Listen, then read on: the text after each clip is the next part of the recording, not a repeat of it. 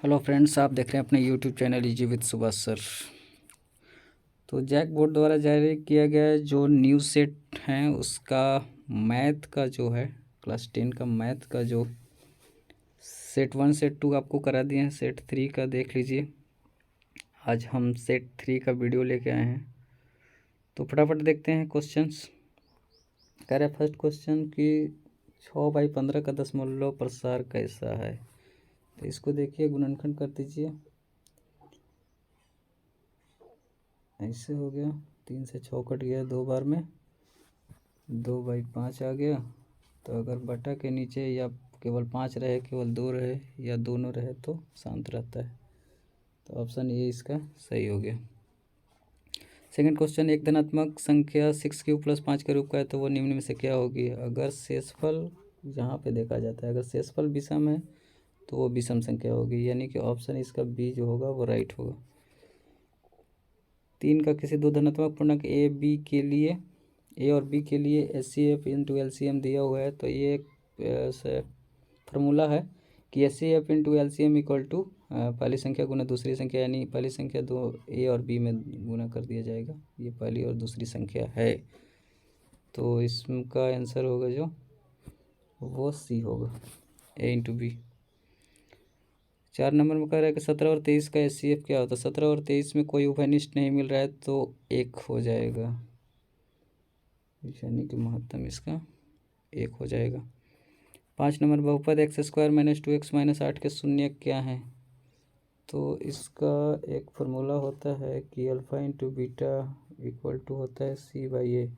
तो C का value -8 by A का वैल्यू 1 इक्वल टू -8।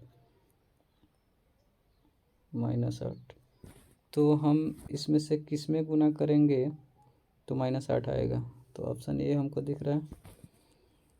तो आपका ये, वैसे इसका गुणनखंड करके भी आप निकाल सकते हैं, बट टाइम का बचाना है तो इस मेथड को अपना सकते हैं आप। तो ए आंसर सही होगा। 6 नंबर क्वेश्चन कर रहा है कि y = px का एक ग्राफ दिया गया, मैं बहुपद px के शून्य की संख्या क्या होगी। तो x का लाइन कितनी जगह पर कटा हुआ है। सेट 1 सेट 2 में आप लोगों को हम प्रैक्टिस करा चुके हैं, तो 1 होगा इसका आंसर, यानी कि ऑप्शन बी। 7 नंबर, यदि द्विघात बहुपद के शून्यकों का योग -3 है और गुणनफल 2 है तो द्विघात बहुपद होगा। तो इसका एक फार्मूला होगा द्विघात बहुपद का, होता है x² - अल्फ़ा प्लस में बीटा इंटू एक्स प्लस में अल्फ़ा इंटू बीटा। तो इसका फार्मूला पे जब रखिएगा ना तो इसका आंसर ए आएगा, ये वाला, क्योंकि इसका यहाँ पे भी माइनस हो गया ना, तो ये माइनस और ये माइनस मिलकर +3 का निर्माण कर देंगे, ये वाला। और यहाँ पे तो 2 हो ही जाएगा और ये x² हो जाएगा। तो ऑप्शन ए इसका सही है। 8 नंबर, समीकरण दिया हुआ है, कह रहा है कि बताइए कि क्या होगा इसमें से। तो ऐसे क्वेश्चन का हल जो होता है ना, हम इस टाइप का पहले कर लीजिएगा। A1/A2, B1/B2 और C1/C2। इसमें देखा जाता है कि कौन कौन बराबर है, कौन कौन। तो ये दोनों बराबर आएगा, लेकिन ये बराबर नहीं आएगा। तो जब A1/A2 बराबर रहता है B1/B2 का और C1/C2 बराबर नहीं रहता है तो कोई हल नहीं होता है, यानी कि ऑप्शन सी सही होगा। 9 नंबर क्वेश्चन में कह रहा है कि 2 समीकरण दिया हुआ वाई का मान, तो इसमें तो समीकरण आपको बनाना पड़ेगा। +y = 14 और यहाँ कह रहा है कि 2x - y = 1। ये कट गया, ये 5x और ये हो गया 15। तो x = 15/5 = 3। अब इस 3 को किसी भी इक्वेशन में रख देंगे तो y का वैल्यू आ जाएगा। चलो हम इसमें ही रख दे रहे हैं। तो 2 × 3 - y = 1, तो ये 6 हो गया। तो 6 को उधर हम भेज देंगे, तो -y = 1 - 6, यानी कि -5 आएगा। और इधर -y कट गया, माइनस कट गया, y का मान 5। तो इसमें y का मान 5 कहाँ दिख रहा है, ये वाला।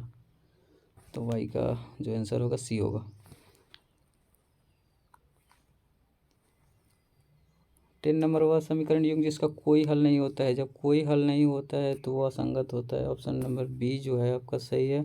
11 नंबर, द्विघात समीकरण दिया हुआ है और इसका सूत्र पूछ रहा था। द्विघाती सूत्र ये होता है सॉरी, द्विघाती सूत्र ये वाला होता है D, minus B plus minus B square minus 4ac/2 है। तो इसका ये वाला ऑप्शन सही है। कह रहा है कि द्विघात समीकरण दिया हुआ है, इसका विविक्तर सेट 1 सेट 2 में आप लोगों को करा दिए हैं। तो विविक्तर जब भी पूछेगा तो आपको फटाफट बी स्क्वायर माइनस 4ac लिखना है, बी का वैल्यू लिख देना है यहाँ पे, और -4 का वैल्यू, ए का वैल्यू और सी का वैल्यू। तो ये दोनों के बदले में ये टोटल कट गया, इसका स्क्वायर करेंगे तो एक ही आएगा। ये इधर वाला एक जो है, ये वाला एक यहाँ लिख देंगे और घटा देंगे 0। तो 0 कहाँ लिखा हुआ है? ऑप्शन नंबर डी में। तो ऑप्शन नंबर डी आपका सही हो गया। कह रहा है 13 नंबर, द्विघात समीकरण का अधिकतम घात क्या होता है? तो द्विघात का अधिकतम घात 2 होता है। तो ऑप्शन सी आपका सही है। रैखिक पूछेगा तो 1 लिखिएगा, और त्रिघात पूछिएगा तो 3 लिखिएगा। तो इसका द्विघात पूछ रहा है तो ऑप्शन सी सही है। अब कह रहा है कि द्विघात समीकरण के मूल होंगे। अब मूल हमको निकालना है, तो मूल निकालने के लिए हमको तो द्विघाती सूत्र का उपयोग करना पड़ेगा या गुणनखंड विधि। तो हम गुणनखंड विधि से ही इसको बना दे रहे हैं। तो इसमें क्या होता है कि शुरू वाला जस के तस लिखा जाता है और अंत वाला भी जस के तस लिखा जाता है। और यहाँ पे 5 के बदले में हम लिखेंगे, ये दोनों का गुणनफल भी 5 आएगा। तो 5 का गुणनखंड 3 गुना 2 भी हो सकता है। तो 3 और 2 को जोड़ेंगे तो 5 आएगा। तो इसके बदले में हम 3x और यहाँ पे 2x लिखेंगे। यहाँ पर चिन्ह जो होता है अपने मर्जी से रखा जाता है, लेकिन ध्यान रखते हुए कि दोनों के जोड़ने पे आ रहा है ये 5 की घटाने पे, तो दोनों को जोड़ने पे तो दोनों में चिन्ह एक जैसे रहेगा। तो माइनस यहाँ पे लिखेंगे। अब कॉमन ले लेंगे, तो x कॉमन लिया जाएगा तो यहाँ पे बच जाएगा 2x - 3, और इसमें कॉमन कुछ नहीं मिल रहा है तो -1 कॉमन निकालेंगे तो इसमें बच जाएगा 2 - 3। अब इसको 1 में लिखेंगे और ये दोनों के बदले में 1 ठो लिखेंगे, क्योंकि ये भी कॉमन निकल जाता है। तो यहाँ पे आ जाएगा x का वैल्यू 1 और यहाँ पे आ जाएगा 3/2। तो 1 और 3/2 कहाँ लिखा हुआ है? ऑप्शन नंबर ए में, ये वाला आपका सही है। तो 14 का ए सही है। 15 में निम्नलिखित में कौन एपी है? तो इसमें डी निकालेंगे। तीनों डी जब बराबर आएगा तो एपी में होता है। तो इसका डी जो होगा वो तीनों बराबर आएगा, घटाएंगे तो 2 2 2 आएगा। डी निकालने तो आता ही है, बाद वाला पद में से पहले वाला पद को घटाते हैं, तो तीनों डी बराबर होगा। तो ऑप्शन बी आपका सही होगा। 16 नंबर कह रहा है कि एपी दिया हुआ है, उसका तीसरा पद ज्ञात करना है। तो तीसरा पद का फॉर्मूला होता है ए प्लस में 29d। तो ए का वैल्यू इसमें जो शुरू वाला दिया हुआ 10 हो गया, और 29 का 29, और डी का वैल्यू बाद वाला में, यानी 7 में से 10 को घटाएंगे तो -3। तो 10 और ये आएगा -87, घटाएंगे तो -77 आ जाएगा। तो -77 कहाँ लिखा हुआ है इसमें? ऑप्शन नंबर सी पे। एपी का 17 नंबर, एपी का प्रथम पद दिया हुआ है, अंतिम पद दिया हुआ है, योगफल SN दिया हुआ है, पदों की संख्या n ज्ञात करना है। तो n ज्ञात करने के लिए इसका SN का एक फार्मूला आप लोगों ने पढ़ा होगा, दूसरा होता है वो टाइप n/2 a प्लस में l। तो इस पर हम इसका वैल्यू दिया हुआ है, इसका वैल्यू नहीं दिया हुआ है, इसका वैल्यू है 1, इसका वैल्यू 11। तो ये 30 = n/2 × 12, 2 से 12 कट गया 6, और 6 को हम इस साइड में भेजेंगे तो डिवाइड में आएगा, यानी 30/6 = 5। तो 5 हमारा कहाँ है इसमें? इसमें 5 हमको ऑप्शन नंबर ए में दिख रहा है। तो 17 का ए सही होगा। अब कह रहे हैं कि समरूप त्रिभुजों की संगत भुजा क्या होती है? समानुपाती होती है। तो ऑप्शन बी सही होगा। 2 समरूप त्रिभुजों की भुजाएं का अनुपात दिया हुआ है एक त्रिभुज का क्षेत्रफल। तो जब भुजा दिया हो और त्रिभुज का क्षेत्रफल पूछेगा तो इसका स्क्वायर कर देना है, और अगर क्षेत्रफल दिया हो और भुजा पूछ रहा है तो उसका वर्गमूल निकाल देना है। बस यही अंतर होता है, क्वेश्चन को दोबारा घुमा कर भी देता है। तो इसका स्क्वायर करेंगे तो ऑप्शन नंबर 4 × 16 और 9 × 81, 16:81 होगा, यानी कि ऑप्शन नंबर डी जो होगा सही होगा। 20 का ए बी = 62, AC = 12 और BC = 14। किसी भी त्रिभुज की 2 भुजाओं का योग अगर तीसरी भुजा से बड़ी है तो वो त्रिभुज संभव होता है, और वही 2 भुजा को घटाने पर वो तीसरी भुजा से छोटी हो जाना चाहिए। तो इसमें जोड़ेंगे तो तीसरी भुजा से बड़ी हो सकती है, लेकिन घटाएंगे तो कोई भी नहीं है। तो क्वेश्चन गलत है इसमें। तो आप लोग को अगर इसका आंसर कहीं पता चले तो हमको कमेंट करके बताइएगा, लेकिन मेरे हिसाब से क्वेश्चन गलत है। तो चलिए आगे बढ़ते हैं, क्योंकि क्वेश्चन गलत है तो इसका आंसर कहाँ से निकलेगा। ये तो साइंस या सोशल साइंस तो है नहीं कि क्वेश्चन सही है आंसर ऑप्शन गलत है। तो इसका क्वेश्चन गलत है या क्वेश्चन ही गलत है, आंसर गलत नहीं है। इसका क्वेश्चन जो होगा ना ए बी जो दिया है 62, वो होगा 6√3, ये वाला हो सकता है, तब उसमें ये वाला ऑप्शन आएगा। लेकिन ये क्वेश्चन ही हमको गलत है, तो आप लोग कमेंट करके बताइए इसको, इस क्वेश्चन को। 21 नंबर, किसी बिंदु की वाई अक्ष से दूरी तो क्या कहलाता है। इसमें भी कुछ सही कुछ नहीं दिया हुआ है, बट वाई अक्ष से दूरी जब पूछ रहा है तो एक्स का वैल्यू पूछ रहा है, तो एक्स का वैल्यू मतलब एक्स निर्देशांक होगा। हालांकि इसमें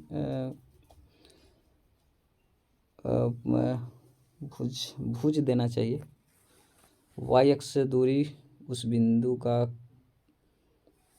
क्या कहलाएगा, एक्स निर्देशांक।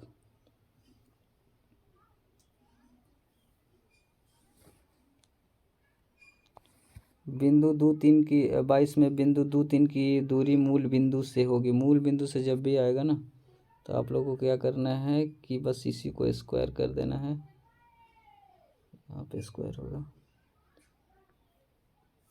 तो 4 प्लस में 9√13 आएगा। √13 इसमें कहीं हमको दिख नहीं रहा है, तो इसमें से कोई नहीं ऑप्शन होगा।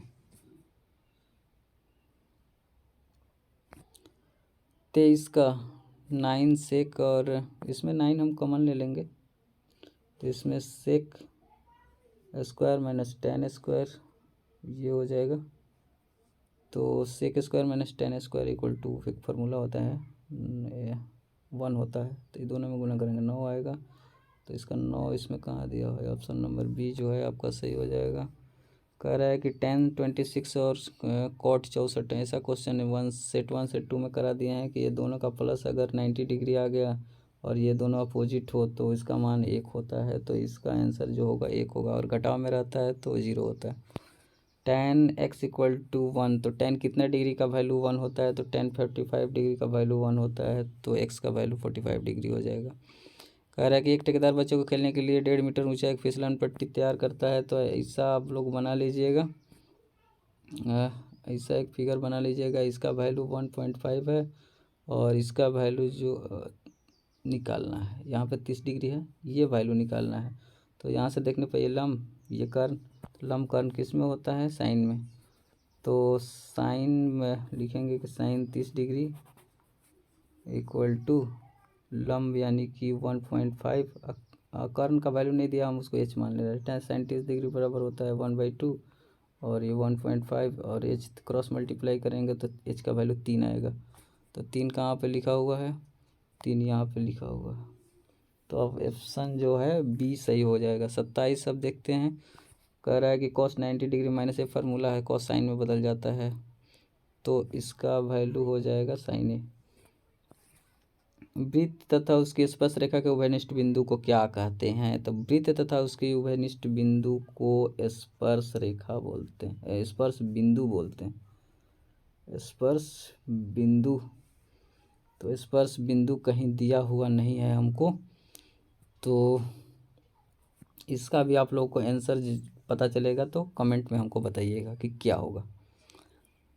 लेकिन मेरे हिसाब से स्पर्श बिंदु होता है, तो याद रखिए क्वेश्चन ऑप्शन जो है इसमें सही नहीं दिया हुआ है, तो आप लोग याद रखिए स्पर्श बिंदु होता है। 29, एक बिंदु ए से एक वृत्त पे केंद्र से 13 सेंटीमीटर दूरी पर वृत्त की स्पर्श रेखा की लंबाई दिया हुआ है, वृत्त की त्रिज्या ज्ञात करना है। यानी कि इसमें हम सेट 1 सेट 2 में आप लोगों को करा दिए हैं, एक ऐसा क्वेश्चन आएगा तो वृत्त खींच लीजिएगा, ये स्पर्श रेखा खींच लीजिएगा, ये आर मिला दीजिएगा। इसमें अब देखिए क्या पूछ दिया हुआ है, ये 13 दिया हुआ है, ये 12 दिया हुआ है, ये पूछ रहा है, तो यहाँ पे 90 डिग्री बनता है। समकोण त्रिभुज वाली फार्मूला अपनाएंगे और लिखेंगे कि आधार बराबर 13 पे स्क्वायर माइनस 12 पे स्क्वायर, 13 पे स्क्वायर माइनस 12 से यहाँ माइनस रहता है, तो 1 6 9 और 1 से 44, और ये हो जाएगा √25, √25 का 5 हो जाएगा। तो 5 इसमें कहाँ दिया हुआ है, ये वाला ऑप्शन सी सही हो जाएगा। 30 नंबर में देखिए, कह रहा है कि किसी बाह्य बिंदु से वृत्त पर कितनी स्पर्श रेखाएं खींची जा सकती है। 2 स्पर्श रेखाएं खींची जा सकती है। तो वाई बिंदु से, अगर एक साइड बिंदु है तो दोनों साइड से खींचेंगे तो 4 स्पर्श रेखाएं खींची जा सकती है। तो ये नहीं कह रहा है कि दोनों सिरों से, तो हमारे हिसाब से तो ऑप्शन ए सही होना चाहिए। वाई बिंदु से 2 स्पर्श रेखाएं खींची जाती है। आर त्रिज्या है, त्रिज्या जो है वो बड़ा आर लिखना है। तो अर्धवृत्त का परिमाप, तो अर्धवृत्त का परिमाप जो होता है ना, यह अर्धवृत्त हो गया। तो अर्धवृत्त का परिमाप जो यहाँ से यहाँ तक तो लिखना ही है, प्लस में ये वाला डी का वैल्यू जो भी लिखना है। तो डी का वैल्यू इसमें कहीं डी नहीं लिखा है, लिखा है 2r, यानी आर का दोगुना होता है। तो अर्धवृत्त का परिमाप होता है पाई आर और प्लस में 2r। तो ये वाला ऑप्शन हमको सही लग रहा है, यानी सही है 31 का सी। अब 32 का केंद्रीय कोण थीटा और आर, तो ये तो त्रिज्यखंड का फॉर्मूला पूछ रहा है। त्रिज्यखंड का फॉर्मूला होता है थीटा बाई 360 और पाई आर स्क्वायर। तो ऑप्शन सही ये हो गया। 33 का 14 सेमी त्रिज्या वाले वृत्त के उस चाप की लंबाई क्या होगी जो वृत्त पर 90 डिग्री का कोण अंतरित करता है। तो इसका फॉर्मूला होता है थीटा बाई 360 गुना में 2 पाई आर। जब इस पे रख के आप लोग बनाइएगा तो थीटा का वैल्यू 90 है, यहाँ 90 रख के देखिएगा तो चौका 36 1/4 आएगा, गुना में 2, गुना में पाई का मान 22/7, गुना में आर का मान 14। तो ये 2 से 4 कट गया, 2 से, और 2 से 14 कट गया 7, 7 7 7 7 कट गया, और हमारे हिसाब से तो ये 22 बच गया। तो 22 कहाँ लिखा हुआ है, सी, ये वाला जो है आपका सही है, 33 का सी। 34 में इसी घन का आयतन दिया हुआ है, घन का किनारा, घन का आयतन के फॉर्मूला पे किनारा निकल जाएगा। घन का आयतन बराबर होता है भुजा क्यू या किनारा क्यू। तो ये 216 दिया हुआ है, इधर का क्यू जब उधर हम घनमूल निकाल देंगे इसका तो 6 आ जाएगा। तो ऑप्शन बी आपका सही हो जाएगा। अब 35 नंबर में देख रहे हैं एक शंकु की ऊंचाई दिया हुआ है, इसके आधार का व्यास 10 सेंटीमीटर, शंकु की तिर्यक की ऊंचाई। तो शंकु की तिर्यक की ऊंचाई सोचो कि समकोण त्रिभुज में हम कर्ण निकालना है। तो कर्ण का परिभाषा क्या होता है, लंब का स्क्वायर प्लस में आधार। इसका परिभाषा वही सेम ही होता है, यानी कि एच का स्क्वायर प्लस में आर का स्क्वायर। तो 12 पे स्क्वायर करेंगे और आर का वैल्यू ये व्यास है तो इसका आधा कर लेंगे तो 5 हो जाएगा। तो 5 पे स्क्वायर कर लेंगे हम, तो 144 और प्लस में 25, दोनों को जोड़ेंगे वो 169 और इक्वल टू 13। तो 13 इसका दिया हुआ कहाँ, ये वाला, तो ये आंसर हो जाएगा। 36 किसी त्रिज्या दिया हुआ है, एक गोले को पिघलाकर 6 सेमी त्रिज्या वाले एक बेलन में डाला जाना है। तो इसका आंसर जो है ना, क्वेश्चन गलत है और आंसर भी गलत है। क्वेश्चन जो है वो गोले की त्रिज्या 4.2 होनी चाहिए, और ये जो आंसर में दिया है ना, सारे सेंटीमीटर में दिए हैं, ये सब मीटर में होने चाहिए, सब मीटर में होने चाहिए। तो इसका आंसर आएगा, अगर ये लेके चलिएगा ना तो इसका आंसर आएगा ये, और मीटर में वो भी आएगा। तो इस टाइप के क्वेश्चन, हालांकि क्वेश्चन और आंसर दोनों गलत हैं, तो इसको छोड़ दे रहे हैं हम। आप लोग को इसको भी कमेंट में हमको बताइएगा। अब 37 नंबर में देखते हैं निम्नलिखित में से कौन सा संबंध सही है। तो इसमें देखिए कि होता है कि बहुलक बराबर होता है 3 गुना माध्यक घटाव 2 गुना माध्य, ये वाली ही फार्मूला मेन होता है। अब इसमें कहीं आपको दिख रहा है, अब ये माइनस में है तो इस साइड में भेजेंगे तो ये प्लस में होगा, तो यानी कि बहुलक प्लस में 2 गुना माध्य बराबर 3 गुना माध्यक हो सकता है। तो यहाँ पे लिखा हुआ है कहीं पे, ये देखिए, हाँ ये वाला लिखा हुआ है कि बहुलक प्लस में माध्य बराबर में ये। तो ऑप्शन बी जो होगा आपका सही होगा, ऑप्शन बी जो है आपका सही हो जाएगा। तो ये फार्मूला, मेन फार्मूला आप लोग याद रखिए, बस दाएं बाएं कर लीजिए, देख लीजिए। 38 नंबर में कह रहा है कि कुल संचयी बारंबारता जो है, संचयी बारंबारता में कुल बारंबारता जो है वो 50, n बराबर 50 का माध्यक है, इसमें से 50 का माध्यक हमको निकालना है। तो ये एक तोरण है, तोरण दिया हुआ है, तो तोरण में क्या कह रहा है कि संचयी बारंबारता से, दिए गए संचयी बारंबारता से कुल बारंबारता जो है वो 50 है। तो 50 बराबर जो है इसको हम n/2 कर देंगे।